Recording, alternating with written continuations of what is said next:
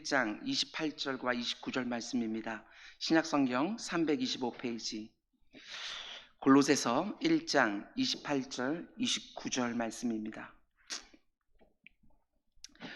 제가 봉독해 올리겠습니다.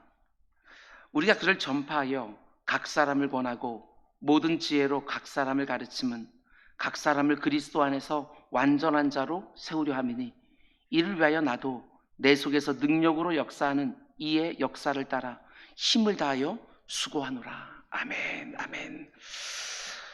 오늘은 옥중서신 시리즈 29번째 시간으로 골로새서 13번째 말씀입니다. 오늘 말씀의 제목은 각 사람을 그리스도 안에서 완전한 자로 세우려 함이니 라는 제목으로 말씀 전하도록 하겠습니다.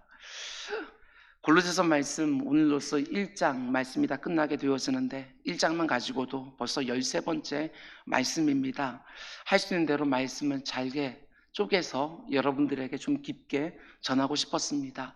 말씀 들으실 때마다 단어 하나하나, 표현 하나하나 여러분 놓치지 마시고 그 가운데 담겨져 있는 하나님의 뜻이 우리 가운데 삶으로 체화되기를 주님의 이름으로 축원을 드립니다. 사도 바울이 자신을 가리켜 복음의 일꾼, 교회의 일꾼이라고 소개한 다음에 복음의 일꾼과 교회의 일꾼이 반드시 감당해야 되는 중요한 두 가지 역할을 소개해 줍니다. 첫 번째는 지난 시간에 묵상한 것처럼 하나님의 말씀을 이루는 역할이지요. 25절, 내가 교회 일꾼이 된 것은 하나님이 너희를 위하여 내게 주신 직분을 따라 하나님의 말씀을 이루려 함이니라.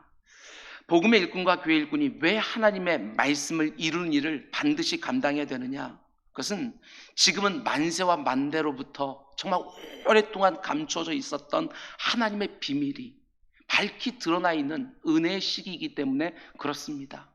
만세와 만대로부터 오랫동안 감춰져 있었던 하나님의 비밀이 예수 그리스도의 오심과 사심과 죽으심과 부활하심과 승천하심을 통하여 밝히 드러났기 때문에 그 드러난 비밀을 충분할 정도로 온전히 드러내는 일, 알리고 가르치는 일, 그 일을 복음의 일꾼과 교회의 일꾼들이 반드시 감당해야 된다는 것입니다. 구약의 위대한 선지자들과 그 의인들에게도 감춰져 있었던 하나님의 비밀입니다. 그런데 이것이 이제는 모든 구원받은 성도들에게 그리고 이방인들에게 밝히 드러나 있기 때문에 하나님의 말씀을 충분할 정도로 열어서 온전히 드러내고 알리고 가르치는 그 일들을 하나님의 일꾼들이 충성스럽게 감당해야 된다는 것이지요. 그러면 또 한 가지, 복음의 일꾼과 교회 일꾼이 반드시 감당해야 되는 역할이 또 뭐라고 말을 합니까? 오늘 보면 28절 말씀입니다. 우리가 그를 전파하여 각 사람을 권하고 모든 지혜로 각 사람을 가르침은 각 사람을 그리스도 안에서 완전한 자로 세우려 하매니. 이 짧은 한 절에 각 사람을 무슨 말이지요? 모든 사람들을 완전한 자로 세우는 일을 감당해야 된다, 이렇게 말을 하는 것입니다. 교회 안에 들어온 모든 성도들을 그리스도 안에서 완전한 자로 세우는 역할, 혹은 충분히 자라도록 돕는 역할을 교회의 일꾼들과 복음의 일꾼들이 반드시 감당해야 된다는 것입니다. 오늘 이 부분 함께 묵상할 텐데 예외는 없습니다. 구원받은 모든 성도들이 바로 복음의 일꾼이고 교회 일꾼이기 때문에 이 말씀도 꼭 나에게 주시는 하나님의 말씀인 줄 알고 잘 받고 잘 순종하는 우리 모두가 되기를 주님의 이름으로 축원을 드립니다. 복음의 일꾼과 교회 일꾼은 각 사람을 그리스도 안에서 완전한 자로 세우는 역할, 혹은 충분히 자라도록 돕는 역할을 해야 되는데, 그런데 어느 정도까지 자라도록 도와야 되느냐? 여러분, 구원받은 모든 성도들이 자라나야 되는 수준은 이 땅에 우리와 똑같은 육신을 가지고 사셨던 예수 그리스도가 유일한 기준이고 본이 되십니다. 그리스도의 장성한 분량에 충만한 데까지 우리 모두가 각 사람이 자라나야 되는 것이지요. 에베소 4장 13절 이렇게 말합니다. 우리가 다, 한 사람도 예 없이 우리가 다 하나님의 아들을 믿는 것과 아는 일에 하나가 되어 온전한 사람을 이루어 그리스도의 장성한 분량이 충만한 데까지 이르리니, 이렇게 말하고 있습니다. 그러므로 저 같은 목회자에게 맡겨진 가장 중요한 역할은 여러분 한 사람 한 사람이 그리스도를 쏙 빼닮은 모습이 되도록 돕는 일, 그것이 바로 저에게 가장 중요한 역할입니다. 그것을 위해서 목양도 하고 설교도 하고 교제도 하는 것이고, 그것이 바로 저에게 보여져 있는 가장 중요한 역할이지요. 그리고 여러분 역시도 그리스도의 장성한 분량이 충만한 데까지 자라나는 것, 그걸 내 삶과 내 신앙생활의 목표로 삼으셔야 됩니다. 우리 주님께서 이 땅에 계실 때 보여주셨던 그분의 말과 행동이, 그분의 인격과 그분의 가치가, 그 모든 것들이 내 인격과 내 삶에 그대로 묻어나도록 계속해서 우리는 자라가셔야 됩니다. 나를 보면 예수 그리스도가 생각날 정도로 모든 것에서 그리스도가 묻어나도록 자라나는 것, 그게 바로 여러분과 저의 삶의 목표라는 것입니다. 결코 중단이 없습니다. 이만하면 됐지? 결코 그렇지 않습니다. 우리가 마지막 호흡이 내 코에서 끊어지는 그 순간까지 내 전 일생을 가지고 주님 닮은 모습으로 닮아가야 되는 것이고, 혹은 우리 주님께서 우리를 데리러 이 땅에 오실 때까지 우리는 부단히 그분을 닮아가는 것입니다. 아무리 70이 되든 80이 되든 아무리 병상에 누워있다 할지라도 그 모든 것들을 통해서 주님의 모습이 다른 사람들에게 온전히 드러날 수 있도록 우리는 계속해서 자라나야 되는 것이지요. 저 같은 목회자만 그리스도의 장성한 분량이 충만한 데까지 자라도록 요구받는 거 절대로 아닙니다. 저한테만 그렇게 자라나라고 하는 것이 아니라 오늘 본문 골로새서 1장 28절은 분명하게 말합니다. 각 사람을 그리스도 안에서 완전하게. 에베소 4장 13절도 분명히 말합니다. 우리가 다 그리스도의 장성한 분량이 충만한 데까지. 여러분, 우리가 예수 그리스도를 믿고 구원받은 것으로 다 끝나는 것이 결코 아닙니다. 그때가 바로 시작되어지는 순간이지요. 우리가 예수 그리스도를 나의 구주로 영접하는 순간 우리는 완전한 구원을 받습니다. 여기에 뭔가를 더하거나 보태야 되는 것이 결코 아닙니다. 예수 그리스도께서 십자가에서 이루신 그 공로가 완벽한 공로이기에 그 공로가 나를 위한 공로라고 온전히 믿고 고백하는 자들에게 완전한 구원이 이루어지는 것입니다. 내가 예수 그리스도를 나의 구주로 영접하는 순간 죄사함의 은총이 우리에게 완전히 이루어져서 과거에 지은 죄, 현재에 짓는 죄, 미래에 짓는 죄까지 우리는 죄사함의 은총을 입게 된 것입니다. 그리고 우리는 그때에 하나님의 백성이 된 것이고 하나님의 자녀로 이미 입양이 된 것입니다. 그 즉시로 하늘 아버지의 가장 좋은 것을 받게 되는 상속자가 된 것이지요. 그러나 그렇다고 해서 우리가 예수를 믿는 순간에 모든 것이 다 완성된 것은 아니라는 것입니다. 그때부터 우리는 구원에 합당한 모습으로, 하나님의 백성다운 모습으로, 그분의 자녀된 모습으로 계속해서 자라가는 것이지요.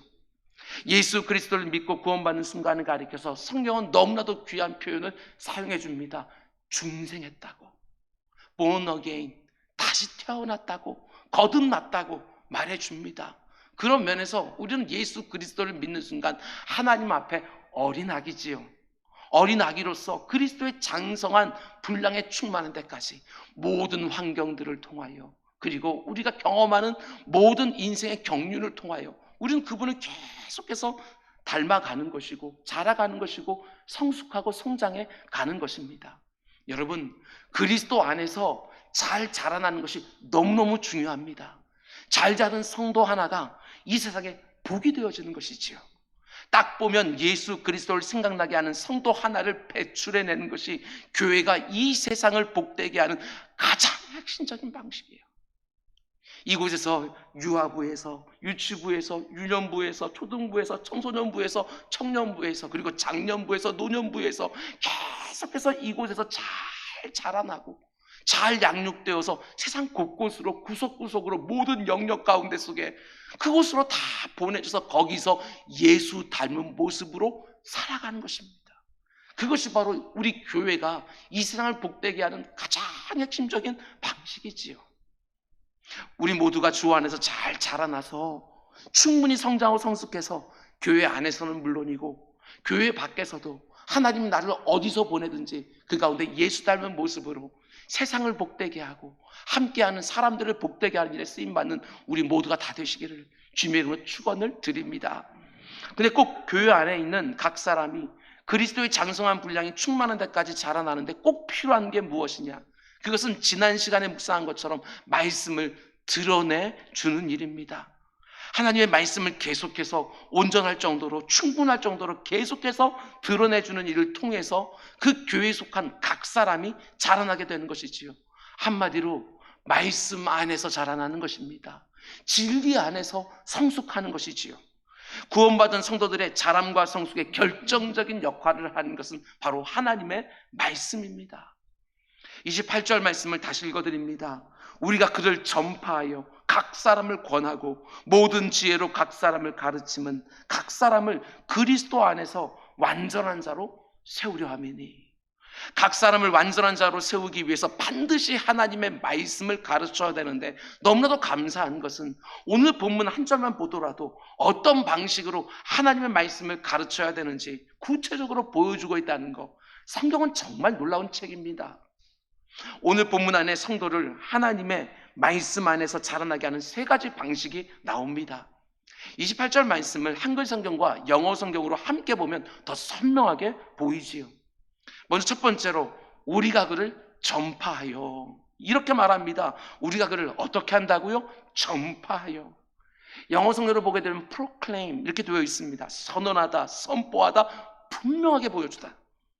한마디로 교회 공동체 안에 성도들이 무엇을 통해서 그리스도의 장성한 분량으로 자라나게 되어지느냐, 말씀을 통해서 자라나는데 그 첫 번째가 바로 선포입니다. 선포, 즉 설교를 통해서 자라고 성숙한다. 하나님의 말씀이 성도의 자람과 성숙의 핵심인데, 말씀을 우리가 어떻게 배웁니까? 설교를 통해서 배웁니다. 예배를 드릴 때마다 강단에 선포되어지는 그 설교 말씀을 통하여 성도들의 신앙이 자라게 되어지는 것이지요. 여러분, 이곳에서 예배를 드리든 온라인으로 예배를 드리든 여러분 설교 말씀을 소중하게 여기셔야 됩니다. 그 말씀 한 절 한 절을 나에게 온전히 채울 때 그것을 양분 삼아서 우리가 자라고 성숙하게 되어지는 것이지요. 두 번째로, 무엇이 우리를 주님의 장성한 분량까지 자라나게 하느냐? 각 사람을 권하고, 이렇게 되어 있습니다. 영어 성경을 보게 되었으면 admonishing 이렇게 되어 있지요. 꾸짖다, 책망하다, 강력히 충고하다, 이런 뜻인데 우리가 주로 사용하는 표현으로 바꾸면 이것이 바로 권면입니다. 혹은 책망입니다. 성도들이 말씀의 권면과 책망을 통해서 자라난다는 것이지요. 하나님의 말씀을 가지고 각 사람을 권면하는데, 여기서 말하는 권면은 단지 격려하고 권면하는 그 정도가 아니라 허물과 악을 완전하게 드러내서 방향을 돌려놓다 혹은 바로잡다, 이런 개념이 들어있는 강한 단어입니다. 성도들에게 하나님의 말씀을 열어서 잘못된 것들을 지적해서 그 방향을 되돌려놓는 것입니다. 책망해서 바로잡아주는 거예요. 이것을 통해서 성도들이 자라난다. 세 번째는 이렇게 되어 있습니다. 모든 지혜로 각 사람을 가르침은, 우리가 일반적으로 사용하는 가르침, 영어 성경으로 보더라도 teaching 이렇게 되어 있습니다. 그러니까 우리가 말씀을 통해서 자라나게 되어지는데, 오늘 본문 28절이 말하는 세 가지 구체적인 방식이 무엇입니까? 그것은 바로 설교와 권면과 가르침입니다. 이것을 통해서 각 사람이 자라나게 되는 것이지요. 하나씩 살펴보겠습니다. 먼저 설교입니다. 설교를 통해서 성도들이 말씀 안에서 자라나는 것입니다. 목회자인 저는 여러분에게 설교를 합니다. 매 예배 때마다 하나님의 말씀을 있는 그대로 선포하는 것이지요. 여러분, 선포라는 것을 꼭 기억하시기 바랍니다. 여러분의 동의를 구하는 게 아닙니다. 여러분의 협조를 구하는 것이 절대로 아닙니다. 설교자인 저는 말씀의 증인으로 하나님의 말씀을 하나님의 권위와 하나님의 이름으로 선포하는 거예요. 듣는 여러분이 동의하든 동의하지 않든 전혀 관계없이 하나님의 말씀을 하나님의 말씀답게 그 시간에 선포하는 거예요. 그러면 여러분들은 어떻게 합니까? 내가 말씀 안에서 잘 자라나려면 그 선포되는 말씀을 인간의 말이 아니라 하나님의 말씀으로 받고 순종함으로 들으셔야 되는 것이지요. 선포되는 하나님의 말씀을 그대로 아멘으로 받아서 순종하며 내 삶 가운데 적용하는 것, 그것이 너무나도 필요한 것입니다. 설교가 성도의 자람과 성숙에 왜 그렇게 중요하냐? 잘 들으십시오. 오해하는 분들이 많이 있습니다. 설교 외에도 우리가 자라고 성숙하는 방법들이 많이 있지만 그것은 부차적인 것입니다. 설교가 중심에 있는 거예요. 여러분, 한때 한국교회에서 제자훈련이 크게 유행했던 적이 있습니다. 1대1 제자훈련이나 소그룹 성경 공부 같은 것들이 교회마다 중요한 과정으로 여겨졌습니다. 저 역시 이런 과정들이 필요하다는 거 잘 알고 있습니다. 그리고 기회만 된다면 교회 안에 이런 과정을 만들고 싶은 사모함도 있습니다. 그런데 한 가지 주의해야 되는 것이 있습니다. 1대1이든 소그룹이든 그 안에 성경을 공부하고 자신의 삶을 나누는 것은 틀림없이 귀한 일 맞습니다. 그 가운데 나는 이 말씀을 통해서 이런 은혜를 받았다고, 이런 도전을 받았다고 잘 나누는 거 분명히 귀한 일 맞습니다. 그런데 하나님의 말씀을 계속해서 내 방식대로 보려고 하고 그 말씀을 내 생각과 내 경험과 내 느낌의 범주 안에서 보려고 하는 경향이 얼마든지 생길 수 있다는 것입니다. 이 부분을 반드시 주의하셔야 돼요. 하나님의 말씀을 하나님의 말씀으로 받아서 내 생각과 내 경험과 내 느낌까지 그 말씀 앞에 굴복시키는 과정이 우리에게 일어나지 않으면 말씀 안에서 건강하게 자라날 수가 없는 거예요. 그래서 선포라는 방식으로 주어지는 설교가 너무너무 중요한 것이지요. 왜냐? 여러분 생각해 보셔요. 모든 성장에는 반드시 틀을 깨뜨리는 과정이 수반되어집니다. 기존에 있던 틀이 깨져야 거기서 또 자라고 또 성숙할 수 있게 되어지는 거예요. 그런데 너무나 많은 성도들이 그 귀한 하나님의 말씀을 내 생각과 내 경험과 내 느낌으로 재단하고 걸러서 드리려고 할 때가 얼마나 많은지 모른다는 것입니다. 아닙니다. 그렇게 해서는 절대로 이 세상이 만들어서 내 안에 심어놓고 내가 좋아서 만들어놓은 틀이 깨어지질 않습니다. 교회 안에서 오랫동안 신앙생활을 했지만, 정말 수십 년 동안 신앙생활을 했지만 여전히 그 모습 그대로 머물러 있는 이유가 뭐냐는 거예요. 왜 그렇게 잘하지 않냐고, 왜 이렇게 예수님 닮은 모습이 그렇게 오랜 신앙생활을 하면서도 그 몸 가운데 속에 드러나지 않는 이유가 도대체 뭐냐? 다른 거 없습니다. 틀을 깨뜨리지 않은 거예요. 신앙생활을 오랫동안 했지만 세상이 내게 만들어 넣어준 거, 내가 만들어 놓은 그 틀을 깨뜨리지 않냐고 언제나 하나님의 말씀을 그 가운데 듣고 있으니 그 말씀이 나를 깨뜨리지를 못하는 거예요. 나를 성숙하고 성장하게 하지를 못하는 거예요. 누구에게나 다 이런 면들이 있어요. 아직까지 내가 깨뜨리지 않고 끝까지 지키고 있는 그 틀이 있다고요. 그 틀을 하나님 앞에서 복종시키지 않으면 나는 그 이상으로 자라날 수가 없는 것이지요. 성경이 말하려고 하는 것을 정확하게 강단의 설교로 선포되고 있다고 한다면 그것은 목회자의 사상이 아니고 그것은 교회의 가르침이 아니라 하나님의 말씀인 거예요. 엄위하신 하나님의 말씀이지요. 그렇다고 한다면 나의 이 초라한 논리, 내가 가지고 있는 이 초라한 철학, 이 가치관을 내려놓고 내가 세상에 습득한 수많은 경험들까지도 이건 되니 안 되느니 그것까지 다 내려놓고 하나님 말씀 앞에 복종함으로 들어야 되는 거 너무나도 마땅합니다.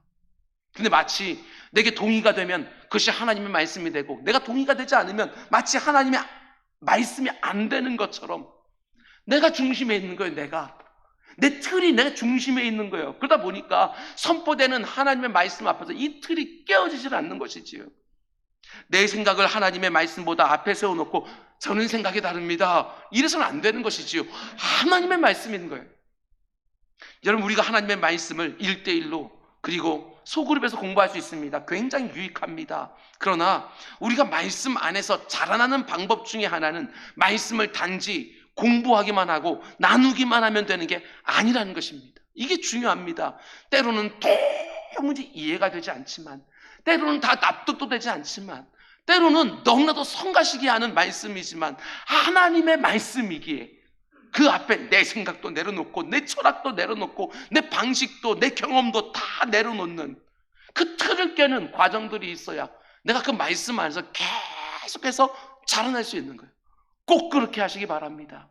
여러분, 이 강단 위에 누가 서서 말씀을 전하든지 설교자가 그 말씀을 비틀고 왜곡시키고 내가 원하는 것을 위해서 그 말씀을 이용하는 것이 아니라고 한다면 그 말씀 앞에서 내게 있는 틀을 계속해서 깨뜨려 가셔야 됩니다. 나의 초라한 지성에 하나님의 말씀을 가두려고 하는 것이 아니고 내 경험에 하나님의 말씀을 거기다가 속박시키는 것이 아니고 말씀이 말할 때 내 지성의 틀을 다 깨뜨리고 내 경험의 틀을 다 깨뜨려서 하나님의 말씀이 자유롭게 나를 완전히 깨뜨릴 수 있도록, 하나님의 말씀이 마음껏 나를 다른 형태로 빚어낼 수 있도록 말씀 앞에서 굴복하고 복종하며 선포되는 말씀을 아멘하며 드려야죠. 하나님의 말씀인 거예요. 내 경험과 내 논리를 가지고 함부로 하나님의 말씀을 취사 선택하려고서는 절대로 안 된다는 것입니다. 그런 면에서 예배 시간에 강단에 선포되어지는 설교가 정말 중요합니다. 강단 위에서 꼭 기도해 주시기 바랍니다. 내겐 너무나도 중요한 거예요. 저 같은 설교자 역시 그때그때 주어진 말씀을 내가 원하는 대로 이용하려고 하는 것이 아니라 이곳저곳 뽑아서 내가 하고 싶은 말씀을 이용해서 하는 것이 아니라 그 말씀을 통해서 하나님이 오늘 우리에게 뭘 말씀하려고 하시는지 두렵고 떨림으로 최선 다해서 연구하고 기도로 준비하고 강단에 섰을 때는 설교자인 저부터 지금 하나님 말씀 선포하는 줄 알고 그 가운데 속에 회중들의 호불호나 반응에 개의치 아니하고 정말 담대하게 말씀을 선포하는 것이지요. 여러분 역시도 강단에서 선포되는 말씀을 사람의 말이 아니라 하나님이 지금 내게 말씀하신다 분명하게 믿음으로 받고 그 말씀이 나를 데리고 가려고 하는 그 자리까지 온전히 순종해서 따라가서 말씀을 통한 바른 자람과 성숙을 계속해서 이루어가는 우리 모두가 될 수 있기를 주님의 이름으로 축원을 드립니다. 그럼 두 번째로 말씀으로 각 사람을 자라게 하는 방법이 뭐냐? 그것이 바로 권면입니다. 말씀의 권면, 말씀의 책망.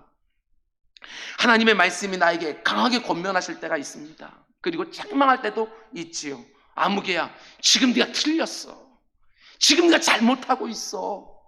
이렇게 하나님 말씀이 말할 때 그 즉시 방향을 틀라는 것입니다.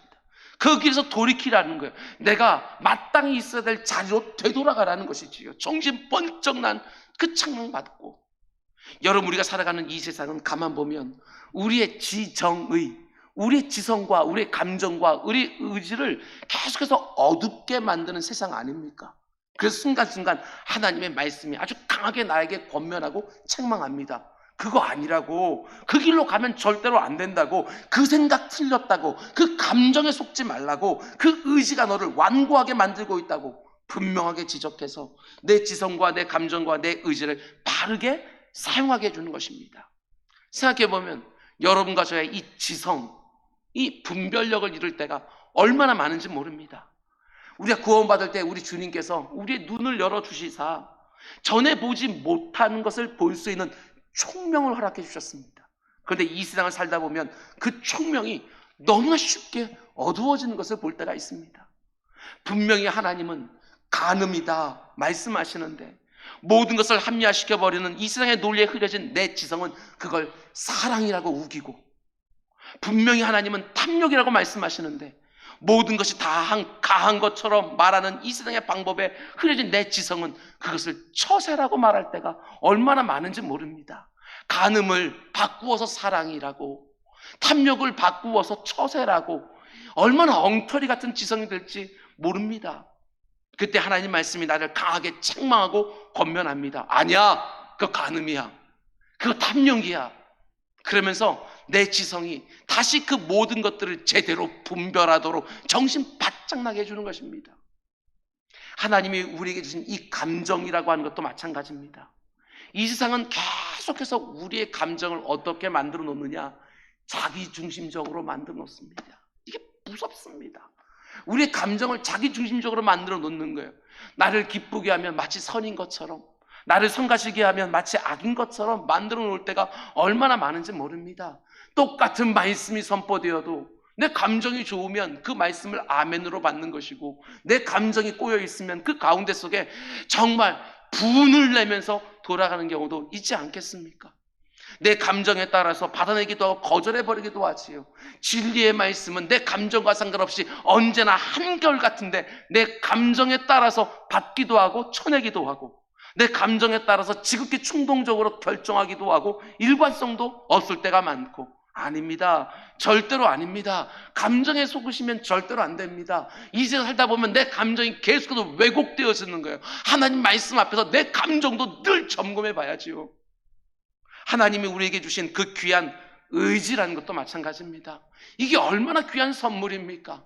그냥 하나님께서 우리 기계처럼 딱 만들어 놓고 그냥 프로그래밍해서 그냥 움직이도록 만들어 놓지 아니하고, 맨 처음 우리들에게 생명을 주신 이후에 가장 먼저 주신 선물이 바로 자유의지 아닙니까? 이 귀한 의지, 이걸 어떻게 사용하느냐? 이 세상의 논리와 방식에 의해서 이 의지마저 다 뒤틀릴 때가 얼마나 많은지 모릅니다. 하나님이 왜 의지를 허락해 주셨어요? 내 의지를 가지고 자원함으로 자발적으로 하나님이 말씀이 원하는 대로 살아가라고, 하나님이 그걸 너무 기뻐하신다고 우리들에게 그 의지를 주었는데 그 의지를 제대로 사용하지도 못하고 때로는 그 가운데 너무 쉽게 타협해버립니다. 그 의지를 사용해서 딱 버티고 서서 아니라고, 하나님 말씀은 그렇게 말씀하지 않으셨다고 그 의지를 다 사용해서 말씀이 원하는 삶을 살아가야 되는데 너무 쉽게 타협해버리고, 또 때로는 의지라고 말하면서도 완고함으로 바꿔내고 고집스러움으로 바꿔낼 때가 또 얼마나 많은지 몰라요. 의지를 변질시키는 것이지요. 그런 우리들을 하나님의 말씀이 어떻게 해주지요? 순간순간 강하게 권면하고 강하게 책망해서 바른 방향, 바른 자리로 되돌려주는 거예요. 하나님의 말씀이 우리를 하나님 앞에 딱 세워놓고 우리의 지성을 다시 총명함으로 바꿔내고 우리의 감정을 자기 중심이 아니라 하나님 중심과 이웃 중심으로 다시 바꿔내고 우리의 의지를 완고함과 고집스러움이 아니라 하나님의 말씀대로 살아가려고 힘을 다하는 거룩한 의지로 다시 바꿔놓는 거예요. 이런 과정을 통해서 우리 각 사람이 그리스도의 장성한 분량에 충만한 데까지 자라나게 되어지는 것이지요. 그러므로 여러분 꼭 부탁드립니다. 하나님의 말씀이 나에게 그렇게 하도록 마음을 열어놓고 있어야 됩니다. 특별히 복음의 일꾼, 교회의 일꾼이 교회 질서 가운데 속에서 이 권면을 하도록 세움받은 자들이 자신에게 주어진 그 중요한 역할을 나에게 적용하려고 할 때 절대로 거절하지 마시고 그 권면을 수용하시기 바랍니다. 그래야 자람과 성숙이 일어나는 것이지요. 누군가가 하나님의 말씀으로 나를 권면하려고 할 때 그걸 불쾌하게 생각하고 거절해버리면 내 주변에는 아첨꾼들만 득실거릴 것입니다. 목회자들이 나에게 그렇게 하는 것을 용납하고 허락하지 않으면 이내 마음상에서 이곳으로 가고 저곳으로 가면서 내게 맞는, 나에게 내 귀에 즐거운 말만 해주는 목회자 옆에서 함께 망하고 말 것입니다. 권면받을 기회를 잃어버리고 책망받을 기회를 잃어버리는 것이지요. 지금까지 15년 동안 담임 목회를 하면서 누군가에게 말씀으로 강하게 책망하고 강하게 권면한 적이 별로 없습니다. 그러나 앞으로 혹 그럴 경우가 생긴다면 목회자가 인 제가 권면과 책망의 역할을 잘 감당해서 여러분을 바로잡을 수 있도록 꼭 용납해 주시고 꼭 허락해 주시기 바랍니다. 그래야 저와 여러분이 같이 망하질 않아요. 그리고 세 번째로, 자람과 성숙을 위해서 가르침이 필요합니다. 특별히 이런 묵상을 합니다. 그냥 가르침이 아니라 서로를 가르치는 것, 이것이 얼마나 소중한지 모릅니다. 강단에 선포되는 말씀을 아멘으로 받고 순종하는 것도 너무너무 소중하고, 교회의 질서 안에서 중직자들의 권면을 질서 안에서 잘 받아내는 것도 우리가 자라나는데 너무너무 중요하지만 거기서 한 걸음 더 나가셔야 됩니다.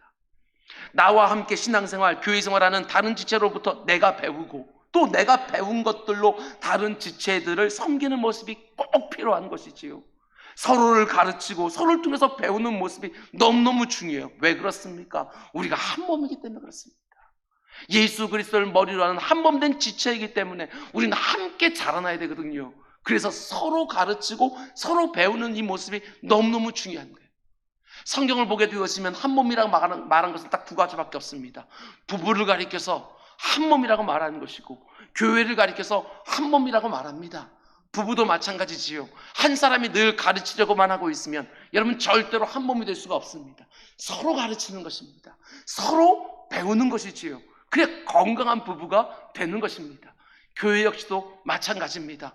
내가 가르치려고만 하면 절대로 안 됩니다. 공동체를 깨뜨려 버리지요. 아니, 내가 배우려고만 하면 되지 않습니다. 처음에는 배운다 할지라도 때가 되어지면 나도 누군가에게 내가 깨달은 것들, 그것이 아무리 작은 것이라 할지라도 그것을 가지고 섬기는 일들이 너무너무 중요한 거예요. 그래서 공동체는 함께 자라나는 것이죠. 왜? 한 몸이니까. 제가 여러분을 보면 참 감사할 때가 많습니다. 자기 생각과 좀 달라도 그래도 담임 목사의 생각을 늘 존중해 주십니다. 결코 짧지 않은 설교지만, 그리 탁월한 설교도 아니지만 강단에 선포되는 말씀 참 잘 받아주십니다. 때로는 집사님 그러시면 안 됩니다 하고 권면하면 거기서 잘 순종해 주시고 잘 고쳐주십니다.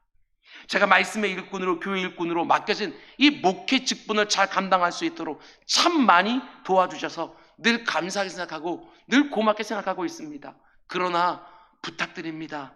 한 걸음 더 나가셔야 됩니다. 담임 목사에게만 그렇게 하지 마시고 서로에게 그렇게 하십시오. 강단 위에 선포되는 말씀과 강단 밑에서 겉면으로 받는 말씀을 통해서 내가 깨달은 것을 가지고 남을 섬기고, 남이 깨달은 것을 통해서 내가 또 배우는, 서로를 가르치고 서로를 통해서 배우는 자리까지 함께 나아가야 교회 공동체 안에 모든 성도들이 함께 자라나게 되어지는 것이지요. 다른 지체들이 말씀을 통해서 깨달은 것을 나에게 나눠줄 때 목회자를 통해서 얻은 것과는 또 다른 기쁨이 있습니다. 내가 말씀을 통해서 깨달은 작은 것을 다른 지체들에게 나누어 줄 때에 그게 또 다른 위로와 도전과 응원이 되어지는 것이지요. 그게 바로 교회인 것이고, 그게 바로 성도의 말씀을 가운데 놓고 교제하는 아름다운 모습입니다. 꼭 그렇게 되셔야 됩니다. 말씀을 제가 이곳에서 선포를 하지만 그 말씀이 여러분 각자의 처지에 맞게 딱딱 맞게 적용되기가 쉽지가 않습니다. 성령 하나님께서 여러분의 심령 가운데 속에 적용해 주시지만 그때 온전히 깨닫지 못하는 경우도 많습니다. 신앙의 연륜도 다 다릅니다. 말씀을 깨우치는 그 정도도 다 다를 수밖에 없습니다. 그런데 그 말씀을 듣는 그분이 그 가운데 속에 아직까지 그 말씀 속에 담겨져 있는 하나님의 뜻을 깨닫지 못한 사람들에게 그 말씀에서 배운 것을 가지고 섬기는 이 모든 것들이 얼마나 중요한지 모릅니다. 60대가 말씀을 들었습니까? 그것을 가지고 그래도 좀 마음이 편한 50대에게 내 생각, 내 가치, 그 어줍지 않은 내 철학으로 가르치는 것이 아니라 하나님의 말씀을 열어서 그렇게 보여주는 것, 이게 얼마나 소중한지 모릅니다. 사업하시는 분들끼리 그 말씀을 가지고 서로 교제하면서 그것을 더욱더 풍성하게 하는 것이 얼마나 소중한지 모릅니다. 아빠들이, 엄마들이 함께 같은 그 동질성을 가지고 모여서 들은 말씀을 가지고 그 말씀을 더욱더 증폭시켜가는 것, 이것이 얼마나 소중한지 모릅니다. 그 가운데 교사들이, 리더들이 그 말씀을 더 가지고서 씨름하면서 더욱더 많은 깨달음을 가지고 정말 어린 친구들에게, 그리고 셀원들에게 그것들을 같이 나누는 것들이 얼마나 소중한지 모릅니다. 우리는 말씀으로 나누는 거예요. 말씀으로 겸손하게 그 가운데 서로를 복되게 하는 역할로 우리는 부름받고 있다는 것입니다. 하나님의 말씀을, 여러분, 그 말씀으로 서로를 가르치고 서로를 바로잡아주고 서로에게 배우면서 함께 자라가는 우리 모두가 될 수 있기를 주님의 이름으로 축원을 드립니다. 여러분, 그런데 오늘 본문에 또 하나 너무나도 중요한 것이 있습니다. 교회 안에는 각 사람이 그리스도의 장성한 분량에 충만한 데까지 잘 자라나려면 하나님의 말씀의 핵심인데 또 하나 너무나 중요한 게 있습니다. 오늘 보면 28절 뒷부분과 29절 말씀을 다시 보시기 바랍니다. 각 사람을 그리스도 안에서 완전한 자로 세우려 하느니 이를 위하여 뭐 한다고 말합니까? 나도 내 속에서 능력으로 역사하는 이의 역사를 따라 힘을 다하여 수고하노라. 교회 안에 있는 성도 각 사람이 말씀 안에서 잘 자라나려면 무엇이 필요하다고 말합니까? 힘을 다하여 수고하는 모습이 반드시 있어야 된다고 말을 합니다. 그런데 누가 수고한다고 말하지요? 잘 들으시기 바랍니다. 내가 자라나기를 원하는 사람들이 수고한다고 말을 하지 아니하고, 골로새 교회 성도들이 그렇게 잘 자라날 수 있도록 사도 바울이 힘을 다해서 수고한다고 말하고 있는 거예요. 주님을 더 먼저 만난 사람들이, 하나님의 감추어진 비밀들을 더 많이 본 사람들이, 아직까지 어린 영혼들이 잘 자라나기 위해서 힘을 다해서 수고하는 것이지요. 그러니까 교회 안에 있는 각 사람의 건강한 자람과 성숙을 위해서 힘을 다하여 수고하는 분들이 더욱더 많이 나와야 공동체가 함께 자라난다. 오늘날 많은 성도들이 한국 교회가 점점점 약해지고 있다고 누구나 할 것 없이 이구동성으로 말합니다. 여러분도 그런 말 많이 했었을 것이고 그런 거 많이 느끼셨을 것입니다. 그런데 오늘날 이 땅의 교회들이 약해지는 결정적인 원인이 뭐냐? 잘 들으시기 바랍니다.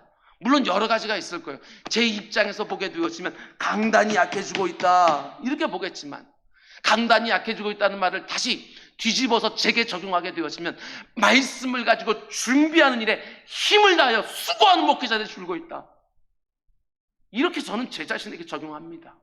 하나님의 말씀 가지고 더 씨름을 해야지, 더 연구하고 더 기도하고 먼저 내 자신에게 적용하면서 그 말씀이 나를 더 자라나게 해야지, 그리고 하나님의 말씀인 줄 알고 분명하게 선포해야지. 강단이 약해지니까 강단 밑에도 약해지는 건 아닌가, 이건 제가 경험하는 것이고, 여러분, 우리가 또 하나 솔직하게 보아야 될 것이 있습니다. 이 땅의 교회들의 모습이 어떻습니까? 힘을 다해서 수고하는 사람들보다 누군가 힘을 다해서 수고한 결과물을 누리려고만 하는 분들이 더 많아진다는 것입니다. 이게 심각한 거예요. 다시 한번 말씀드립니다. 힘을 다해서 수고하는 사람들보다 힘을 다한 수고가 이루어 놓은 결과에만 참여하려는 사람들이 점점 많아지니 교회가 어떻게 자라고 어떻게 성숙할 수 있겠냐는 것입니다. 교회 안에 수고해야 되는 일들이 얼마나 많이 있습니까? 어떤 일 정말 힘을 다해야 될 정도로 많은 수고가 필요한 것들도 있습니다. 그런데 그 수고를 내가 감당하려고 하는 것이 아니라 누군가가 힘을 다해 수고한 그 결과에 나만 참여하고 싶은 거예요. 우리 믿음의 선배들 한번 생각해 보시기 바랍니다. 주님의 몸된 교회가 그리고 함께 신앙생활하는 다른 지체들, 다른 교우들을 위해서 얼마나 힘을 다해서 수고했는지 모릅니다. 내가 힘을 다하고 내가 수고하고 내가 애를 쓰는 것을 조금 더 이상하거나 억울하게 여기지 아니하고 내가 마땅히 내가 당연히 해야 되는 일처럼 충성스럽게 감당해 준 거예요. 그래서 오늘 우리가 있는 거 아니겠습니까? 우리 믿음의 선배들이 그렇게 있었기에, 그렇게 힘을 다해 수고했기에 그래도 전 세계에서 유례를 찾아볼 수 없는 그런 급격한 성장과 성숙을 보인 것 아니겠습니까? 굵직굵직한 교단마다 그런 대형 교회들이 다 이 땅 가운데 있는 것들도 다 보지 않습니까? 다 우리 믿음의 선배들이 힘을 다해 수고하여 이루어놓은 결과물들이에요. 근데 요즘은 어떻습니까? 한국교회 전반이 다 마찬가지입니다. 우리 믿음의 선배들이 수고해서 이루어놓은 그 결과만 누리려고 할 때가 얼마나 많은지 너무너무 당연하지 않겠습니까? 교회가 약해지는 것은 우리 믿음의 선배들이 힘을 다해 수고해 놓은 것들을 우리 세대가 그 가운데 속에 누리려고만 하니까, 힘을 다해 수고하지는 않으니까 우리 다음 세대는 그러면 어떻게 하라고요? 우리가 그거 다 먹어버리고 우리는 씨앗을 뿌리지 않으면 우리 다음 세대가 점점 약해진 것은 너무나도 명약관한 거 아니겠어요? 이런 얘기를 심심치 않게 듣습니다. 한 지역에 있는 교회가 건축을 한다고 한다면 많은 성도들이 떠납니다. 그 교회를. 근데 그 교회가 건축을 맞춰 놓으면 많은 성도들이 사방에서 몰려듭니다. 이게 다 우픈 얘기 아닙니까? 오늘날 교회와 성도들이 뭘 잃어버리고 있는지 그걸 보셔야 됩니다. 왜 이렇게 교회 안에서 사람들이 안 자라나는가? 예수 그리스도의 장성한 분량이 충만하게 자라나게 되어지면 너무나도 아름답고 너무나도 복된 일들이 많이 생기게 되는 거 알고 있음에도 불구하고 왜 이렇게 교회 안에 굵직굵직하고 거칠거칠한 주의 일꾼들이 생겨나지 않는 이유가 도대체 뭐냐? 여러 가지 이유가 있겠지만 다른 지체들을 위해서 힘을 다하여 수고하려고 하는 사람들이 너무나도 많이 줄어들고 있다는 것입니다. 누구라도 저기 뒤에서 문을 열고 쑥 들어와서 저 처음 교회 왔습니다 하고 하면 그 가운데 있는 모든 성도들이 다 달려들어서 힘을 다해 수고하여 그 성도가 잘 자라날 수 있도록 충분히 도와야 되는데 그건 안 하고 오늘 이 예배를 드리면서 이 예배가 어땠는지, 나 오늘 은혜 받았는지 안 받았는지, 그거는요 어린 성도였을 때 그거 하는 것이고 다른 성도들 은혜 받을 수 있도록 내가 무엇을 할 수 있는지, 아직까지 어린 성도들이 은혜 받을 수 있는 내가 어떻게 땀을 흘리고 애를 쓸 수 있는지 그것들을 생각할 때가 되어 있는데 여전히 그 자리에 머물러 있으니 나도 성장하지 못하니 이제 막 신앙생활 하는 사람들을 성장시킬 수 있는 여력이 되질 않을 때가 얼마나 많은지 모른다는 사실이에요. 성도들만 그런 것들이 아닙니다. 저 같은 목회자들부터 정말 제대로 그 앞에서 점검해 보셔야 됩니다. 우리 믿음의 선배들, 선배 목사님들이 보여줬던 것처럼 그렇게 오늘 저 같은 목사들이 힘을 다해 수고하고 있는가? 푹 걸 때가 많이 있습니다. 먼저 적응해야지. 힘을 다해 수고하지 않고 교회가 약해진다고, 교회 안에 일꾼이 없다고 늘 똑같은 말만 앵무새처럼 반복하는 경우들이 얼마나 많은지 모른다는 사실이에요. 그 이유를 모릅니까? 당연한 거 아니겠습니까? 교회와 성도들을 위해서 힘을 다해 수고하는 분들이 없는 교회에서 어떻게 자람과 성숙이 있겠나? 여러분, 교회 공동체의 영광이 무엇입니까? 내가 힘을 다 하니까 남이 자라납니다. 이게 교회의 영광입니다. 이 세상은 내가 힘을 다해서 수고하여 나를 좋게 합니다. 그러나 교회는 내가 힘을 다하고 수고했더니 남이 자라나고, 남이 잘하니까 나도 좋고. 여러분, 이게 교회의 영광 아닙니까? 서로를 위해 힘을 다하고 수고하는 사람들이 계속 나와야지요. 서로의 성장과 자람을 위해서 대가 지불을 아끼지 않는 사람들이 더욱더 많이 나올 때 이 교회는 더욱더 견고하게 자라나게 될 것입니다. 예수님이 내 대신 십자가에 달려 죽으심으로 우리가 그 모든 은택을 지금 값없이 누리고 있는 거 아닙니까? 하나님 위해서 일한 것 하나도 없는데, 공로 하나도 없는데 우리 주님께서 내 대신 그 공로를 다 쌓으시고 나에게 값없이 주었기 때문에 내가 지금 이렇게 자라날 수 있는 거 아니겠습니까? 마찬가지입니다. 맨 처음에 예수 그리스도를 믿기 시작한 그 성도 하나하나가 그 가운데 속에 다른 성도들의 공로를 값없이 거저 받을 수 있도록 하셔야 됩니다. 먼저 된 자가 나중 된 자들을 갖다가 복도 다 주면서 그 사람들이 잘 자라날 수 있도록 그렇게 수고하는 거 절대로 여러분 아끼시면 안 되는 것입니다. 그 안에서 영적으로 어린 성도들이 자라나고 성숙하게 되어지는 것이지요. 여러분 다 차려진 밥상에다가 숟가락을 하나를 내 걸로 얹으려고 하는 것들이 아니라 내가 밥상을 정말 힘을 다해 수가 잘 차려서 어린 영혼들 불러다가 먹여야지요. 잘 먹여서 세상 곳곳으로 또 보내야지요. 여러분 이것들을 우리가 감당해야 되는 것입니다. 우리 교회에서 이런저런 수고를 하신 분들 참 많이 계시는데 이런 말씀을 제가 꼭 드리고 싶었습니다. 내가 힘을 다해서 수고하고 다른 지체들과 다음 세대를 세우는 일이 결코 손해가 아니라는 거, 내 자신에게 너무나 큰 유익이 있다는 거 정말 말씀드리고 싶었습니다. 내가 힘을 다해서 다른 지체들을 세우기 위해 수고하다 보면 뭘 깨닫게 되지요? 내 힘이 너무 부족하다는 거. 이거 깨닫게 되어집니다. 다른 지체들 잘 자라날 수 있도록, 잘 세울 수 있도록 내가 힘을 다하다 보니까 내가 얼마나 어리석은 사람인지, 내가 얼마나 자기중심적인 사람인지, 얼마나 마음이 좁은 사람인지, 얼마나 인내심이 부족한 사람인지 그걸 절절하게 깨닫게 되어지지요.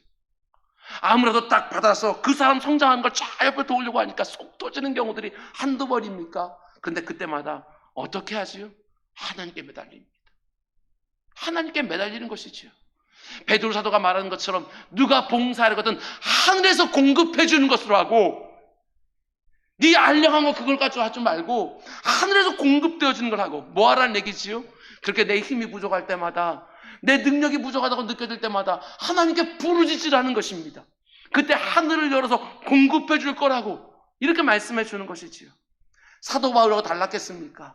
그렇게 자기를 공격하는 수많은 그런 핏덩이 같은 그 성도들, 뭘 모르기도 하고 때로는 악하기도 해서 나를 공격하는 그 모든 성도들을 갖다 자라게 하면서 사도 바울이 얼마나 힘들 때가 많이 있겠습니까? 그래서 힘을 다해 수고하다 지칠 때도 많지만 오늘 보면 29절 말씀 보세요.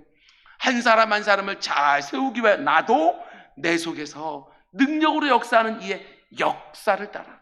무슨 말입니까? 나도 이렇게 한다고 내 안에서 역사하시는 그 성령님 의지하여 힘을 다하여 수고하노라 이렇게 말하는 거 아니겠습니까? 그러다 보면 어떤 유익이 내게 있습니까? 성령 하나님과 더욱더 친밀해집니다. 누군가를 섬기려고 할 때마다 성령 하나님을 더욱더 의지할 수밖에 없습니다. 나의 부족함을 정말 고백하면서 예수님 말씀처럼 가난한 심령이 되어서 하나님께 더욱더 부르짖을 수밖에 없습니다. 섬기려고 하니까 너무너무 힘듭니다. 저분 자라나는데 충분히 자라나 도우려고 하니 이렇게 마음이 무너질 때가 너무 많습니다. 주여 하면서 기도하면서 그 가운데 열린 하늘을 경험하는 것이지요. 나에게 큰 유익이 있습니다. 그렇게 수고하면서 나도 예수 그리스도를 점점 닮아가는 것이지요. 뿐만 아니라 또 어떤 유익이 있습니까? 저는 이 부분이 핵심이라고 생각하는데, 교회를 세우고 다른 성도를 세우기 위해서 힘을 다하여 수고하다 보니까 무엇보다도 예수 그리스도의 십자가가 더 풍성하게 경험되어집니다. 내 안에서 예수 그리스도의 십자가 더 절절하게 느껴지는 거예요. 나와 똑같은 육신을 가지고 그 어리석던 그 백성들 하나하나 섬기려고 하셨던 우리 주님의 모습이 이렇게 느껴집니다. 우리 주님 얼마나 힘드셨을까? 얼마나 많은 수고를 하셨을까? 공생애를 사시면서 그 가운데 속에 눈을 뜨고 잠깐 일어나게 되었으면 문 앞에서 벌써 수많은 사람들이 몰려들어서 병 고쳐달라고, 귀신 쫓아달라고, 이 문제 해결달라고 몰려드는 사람들, 아침부터 저녁까지 마가복음 말씀 보게 되었으면 식사할 겨를도 없이 그렇게 수고하고, 그 탈진된 가운데 속에서도 자기 힘으로만 하려고 하지 아니하고 우리 주님 산 위로 홀로 올라가셔서 그 가운데 또 부르짖고 또 기도하고. 왜 그러셨을까? 주님의 능력이 부족해서? 아니요. 우리에게 보여주는 것 아니겠습니까? 그 가운데 속에 지쳤느냐, 피곤했느냐, 화나느냐, 마음 상했느냐, 또 풀어주시라고, 하나님 또 마음 주신다고. 그럼 또 내려와서 또 그 모든 사람들 또 하나하나 다 섬겨주시고, 우리 주님께서 우리에게 보여주셨던 그 모든 것들이 더 절절하게 깨닫게 되어지는 것이지요. 무엇보다도 십자가 위에서 이루신 주님의 그 모든 고통과 희생과 그 헌신이 더 절절하게 느껴집니다. 우리 주님이 나 같은 거 구원해 내려고 이렇게 많은 고생을 했구나.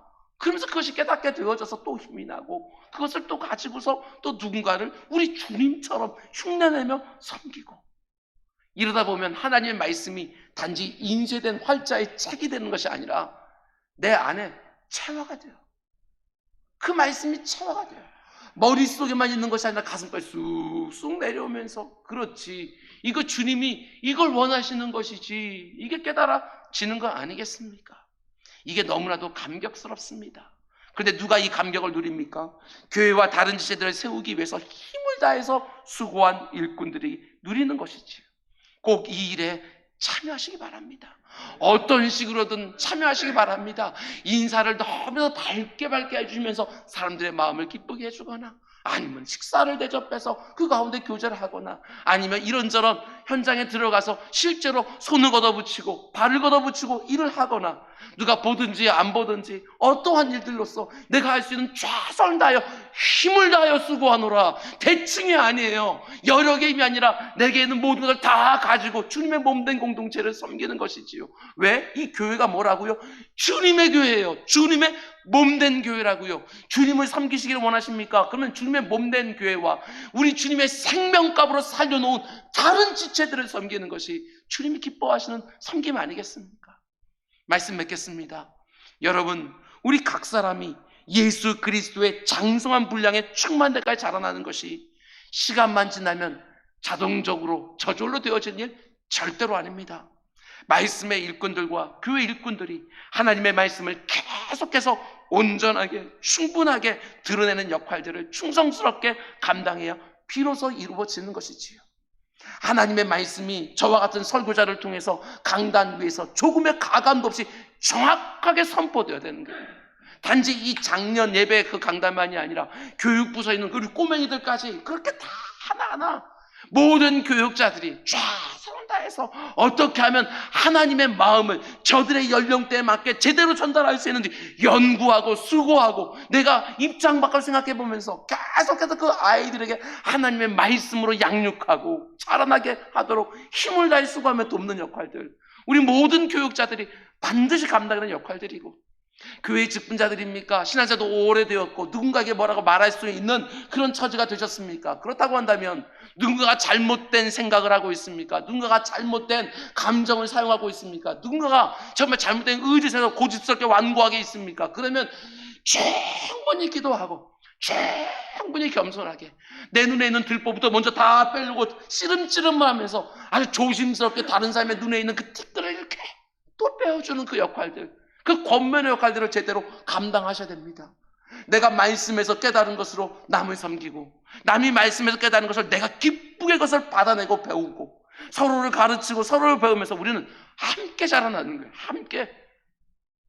이를 위해서 여러분, 우리 힘을 다해서 수고합시다.